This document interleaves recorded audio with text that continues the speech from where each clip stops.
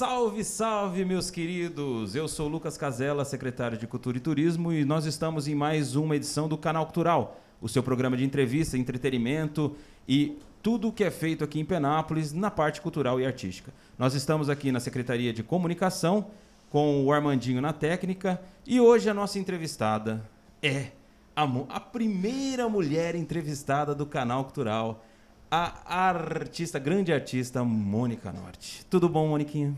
Lucas, obrigada pelo convite.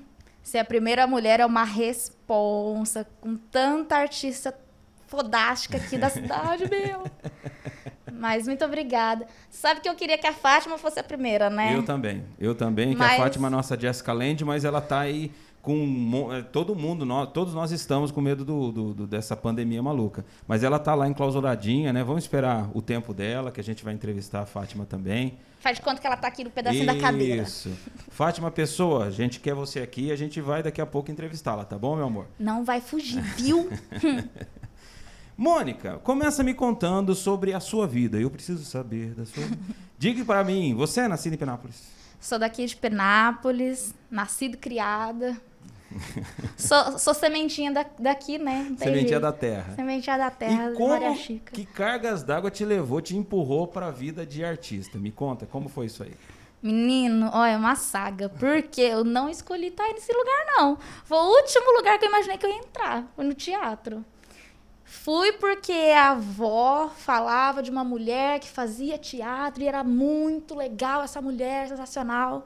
E eu queria descobrir quem era essa mulher. E essa mulher que fazia teatro era namorada do meu tio e que me batizou. Então foi construída uma história no meu caminho. Falei, eu preciso descobrir quem é essa moça. Aí começou um projeto na escola, né, com o Colevati. Colevati levava o teatro lá para a escola de periferia. Eu falei, bom, é um caminho mais próximo para eu conhecer essa moça do teatro, porque eles devem ser amigos e ela vai ali. Fui e me matriculei na escola de teatro, que estava no finzinho da tarde das minhas aulas. Ai, não encontrei a mulher. Não encontrou? Não encontrei naquele período. E aí eu comecei a ficar para as aulas no teatro, porque a diretora da escola trancava a gente na sala. Que bom. Não tinha como a gente sair, ela não deixava. E aí eu fui começando a querer descobrir mais coisas sobre esse universo. E quando eu vi, eu estava apresentando o primeiro espetáculo. E você tinha quantos anos quando você começou assim? Com 11 anos. 11 anos? 11 anos. Você já começou a fazer a coisa e aí você viu assim, isso aqui é interessante. Acho que isso aqui é legal. Talvez. E qual foi a primeira peça que você fez? Foi Mestre Esopo e seus bichos muito loucos. Foi com o núcleo.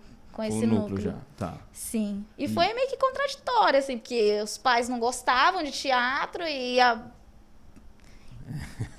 fazendo uns contornos aí, a diretora aqui na cabeça da mãe e do pai. E aí foi. E aí, fazer. depois que acabou o espetáculo, o pessoal aplaudiu. O que você sentiu? Qual foi a sensação que você teve no final do espetáculo, na primeira apresentação? Falei, meu Deus, uma grandeza, né? Primeiro você sente que fala, nossa, é pra mim, é pra gente que tá aqui, nunca ninguém olhou pra nós, os piores da escola. Alguém vai aplaudir a gente? E aí você vê que você constrói um outro universo do aprendizado, porque eu nunca pisei num palco de teatro, eu nunca tinha. E quando a gente estreou, foi a primeira vez que eu pisei num palco de teatro, a gente não ensaiou lá. Uhum. E aí você vai descobrindo os lugares e fala assim, nossa, é aqui que eu quero ficar e eu vou permanecer aqui.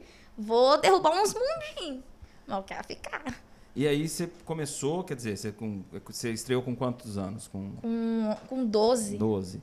E aí foi. E aí você não parou aí mais. Foi. Aí eu parei um ano, aí eu falei, não, eu tenho que voltar. Aí quando eu voltei, eu tinha que participar do Núcleo Municipal de Teatro, que era lá na Aparecida. Uhum. Aí meu pai falou, não vai. É muito longe. Como é que uma menina de 12 anos vai sair daqui do mutirão para ir lá para Aparecida? Não vai, não. Não tinha como ele me levar e me buscar. A diretora me levava de caminhonete. Olha, que moral, E aí a dona Cristina me levava e me buscava por um bom período. Quem assim. que era a diretora? A Cristina Delboni. A Cris é gente boníssima. Tá lá no Lactário hoje. Tá lá no Lactário. Pessoa fantástica. A gente tá no no Conselho de Direitos da Criança e Adolescente. É pessoa muito responsável. Ela que fez legal. o meu caminho na arte. Que legal. Foi ela que começou a empurrar a sementinha pra lá. Brigar com o pai e com a mãe. Quer dizer, qualquer coisa que der errado, vai lá cobrar dela Vou também. lá mandar minha mãe lá, tirar satisfação. E aí, mas como que foi? Você foi na trajetória, você foi fazendo, né? Você estava primeiro com Entrei 12 no anos. núcleo. Aí essa coisa mais de peças infantis e tal. Sim. Aí tinha o pessoal mais velho dentro da companhia que fazia alguns trabalhos para o núcleo. Então, eles davam aulas de voz, trabalho com corpo, aquecimento. E nisso foi construindo projetos também. E aí eles pegavam algumas pessoas para levar para outros espetáculos que eram da companhia. Então, se você fosse bem em alguma parte, eles te puxavam para a pecinha lá. Entendi. Aí você ficava, para ficar boa, né? Porque você quer ir lá pro outro patamar. E aí depois, quando você, assim, qual que foi a peça que foi assim, o divisor de águas da coisa mais infantil, mais lúdica, para uma coisa mais séria? Quando que foi? Foi o Retirantes. Retirantes. Com o Daniel dirigindo. Com o Demis. Sim, sim. Legal. A gente começou com uma cena de 10 minutos. E aí foi trabalhando todo o tempo. Acho que a gente ficou trabalhando 1 ano com ela. E aí conseguiu um espetáculo de 40 minutos. E aí a gente ficou mais alguns anos trabalhando e aí a gente conseguiu ir para festival, tudo, e o trabalho criou um peso muito grande e ele tornou um espetáculo de 1h15. Que legal. Então a gente foi construindo esse lugar. E aí eu já não participava mais das peças do núcleo. Uhum. Aí eu já saí do núcleo para poder ir para a companhia. Sim. Fazer outros trabalhos. Certo. E aí, como que foi isso para você, assim?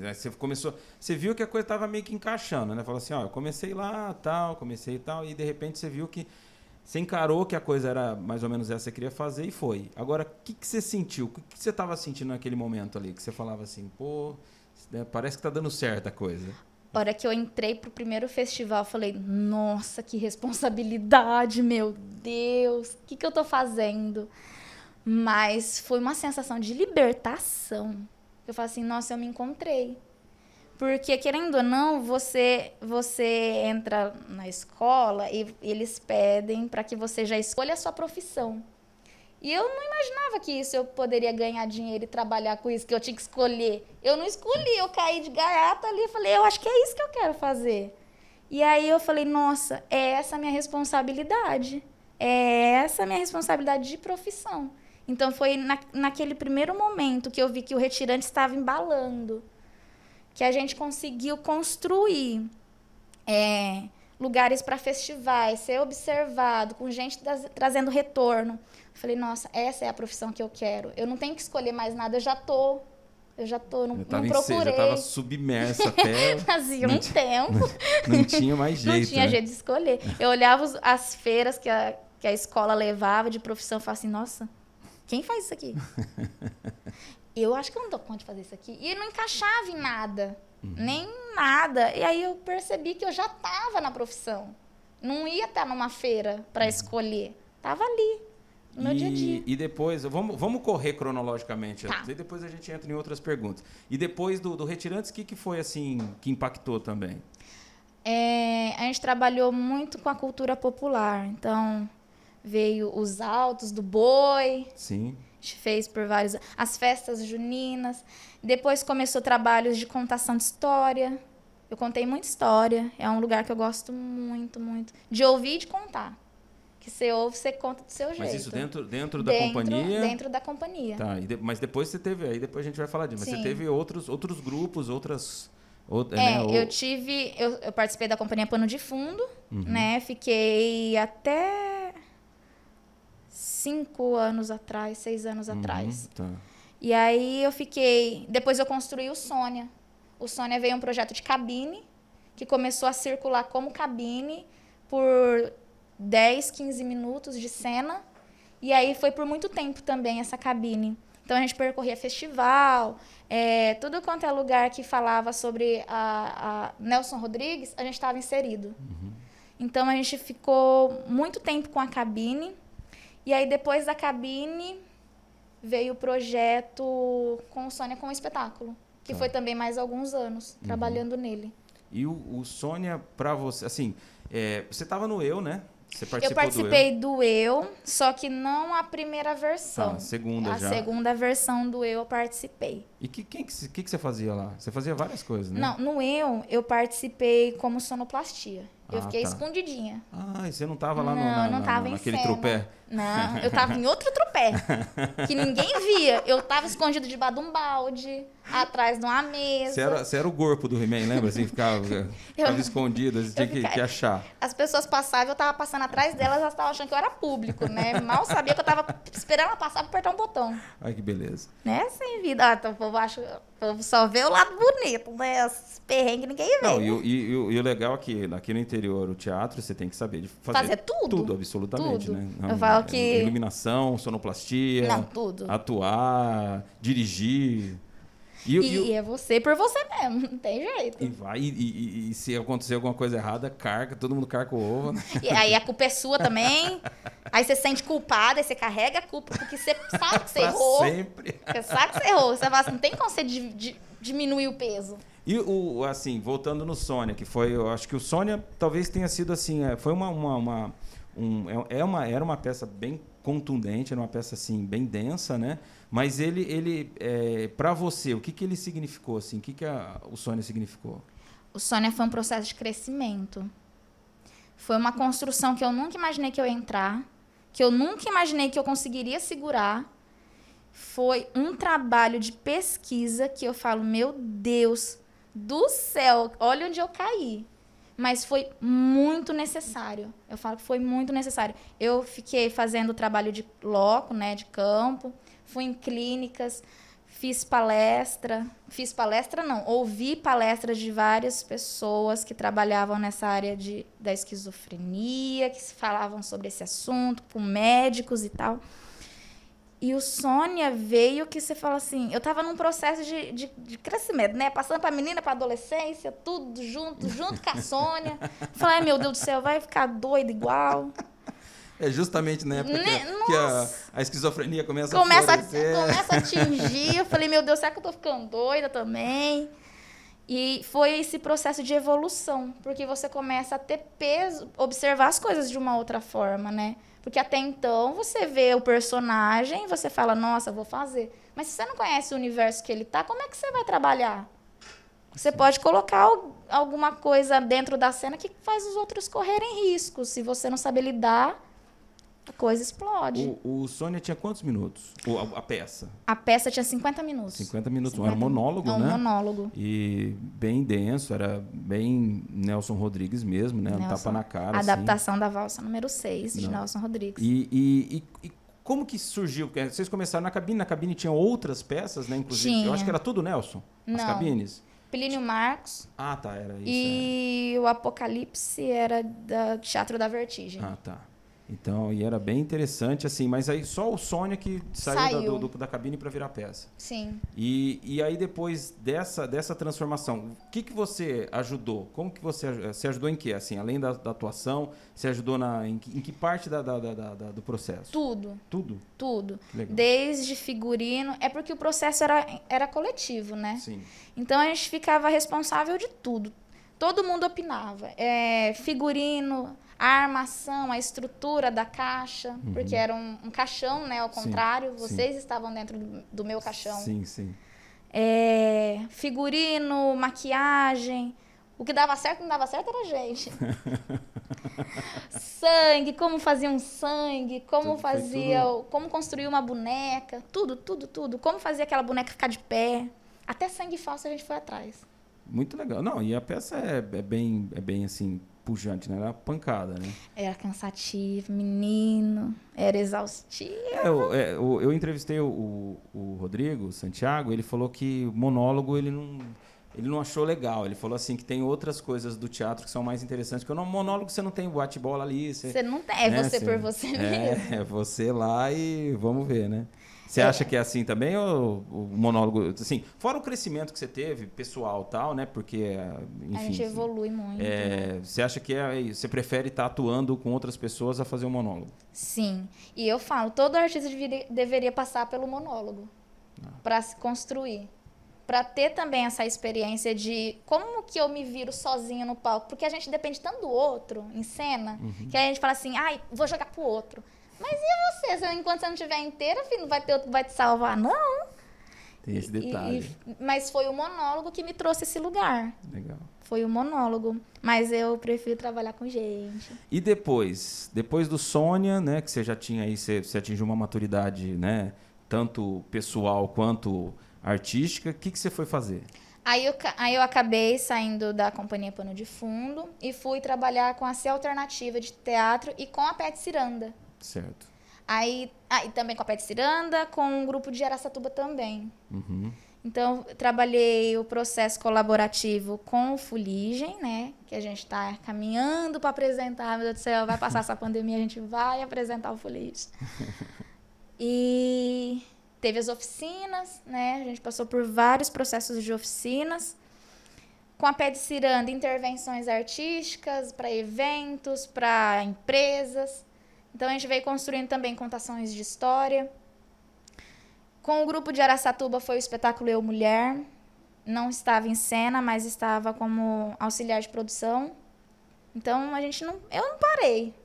Que também é uma pancada. Não, o Fuligem é uma pancada. Nossa. O Eu Mulher é uma pancada. Né? O Eu Mulher é arrepiante, assim, é maluco, assim. O Fuligem também é... E o teu papel no Fuligem é bem interessante, né? Tem muito da Mônica Norte ali, né? Tem muito da Mônica Norte. E eu não imaginava que iria caminhar para esse lugar. Entendi. Foi todo o trabalho de processo também, que foi descascando a Mônica, para descobrir o que tinha... que eu não ia demonstrar. Entendi. Tem uma, assim, para quem não assistiu e assista, que é muito, muito legal a peça Fuligem, tem um momento da peça que não é a personagem falando, é a Mônica Norte falando, assim, é muito... Dando depoimento pessoal. É muito, muito forte, assim, é muito legal. Enfim, eu costumo dizer aqui que Penápolis é diferenciada, né? Assim, no quesito de teatro, de cinema. Hoje a gente está encaminhando para...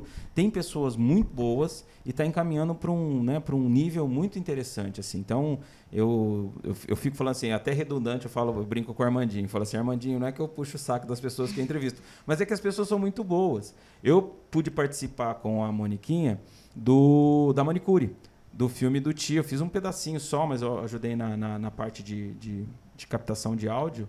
E você fez, cara, a Mônica, ela é pequenininha, aí ela vai fazer a personagem, mano, a mina tem 3 metros de altura, fica, é muito legal, a construção, amigo, obrigada. A construção daquela personagem, assim, e aí você fica vendo e fala, mano, não é a Mônica. De onde saiu?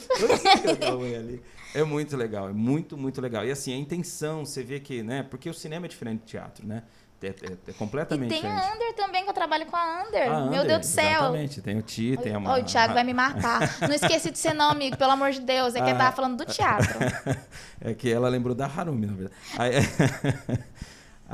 E aí, assim, é muito legal, porque às vezes tem gente que está no teatro, passa para o cinema e não consegue perceber a diferença. Né? E é muito brutal, grande. É brutal. Eu fiquei desesperada. Não, mas é legal porque a gente vê ali que a intenção do olhar, sabe, assim, a intenção da coisa, da fala, né? Tem que ser um pouco menos do teatro, mas ele é dosado perto da realidade. É muito legal. É muito Mas para quem está acostumado com tudo amplo e você passar por processos de 2 anos, de processo de 6 meses, e vai para uma câmera que você só precisa piscar? Eu falei, nossa, mas era isso que eu tinha que fazer? Era só piscar? É só mover aqui. Assim. Era só fazer isso aqui? Eu fiquei assustada. Eu falei, nossa, mas demora 5 minutos? Era só isso. Não, e o legal, por isso que eu escolhi o cinema, não o teatro, né? Porque o cinema você vai lá, faz umas 4 vezes, deu certo, acabou. Nunca mais você faz, já estava gravado já. Aí você reproduz quanto tempo você quiser, Exatamente, né? Você fica reproduzindo para sempre, né? Nossa, é muito doido. E me fala uma coisa. Hoje, né? Assim, a gente está, infelizmente, vivendo essa pandemia. Né? Nós, da cultura, fomos muito atingidos, né? Vamos supor assim, amanhã acabou a pandemia. Quais são as intenções de Mônica Norte aí para continuar na parte artística? Voltar pra rua pra apresentar.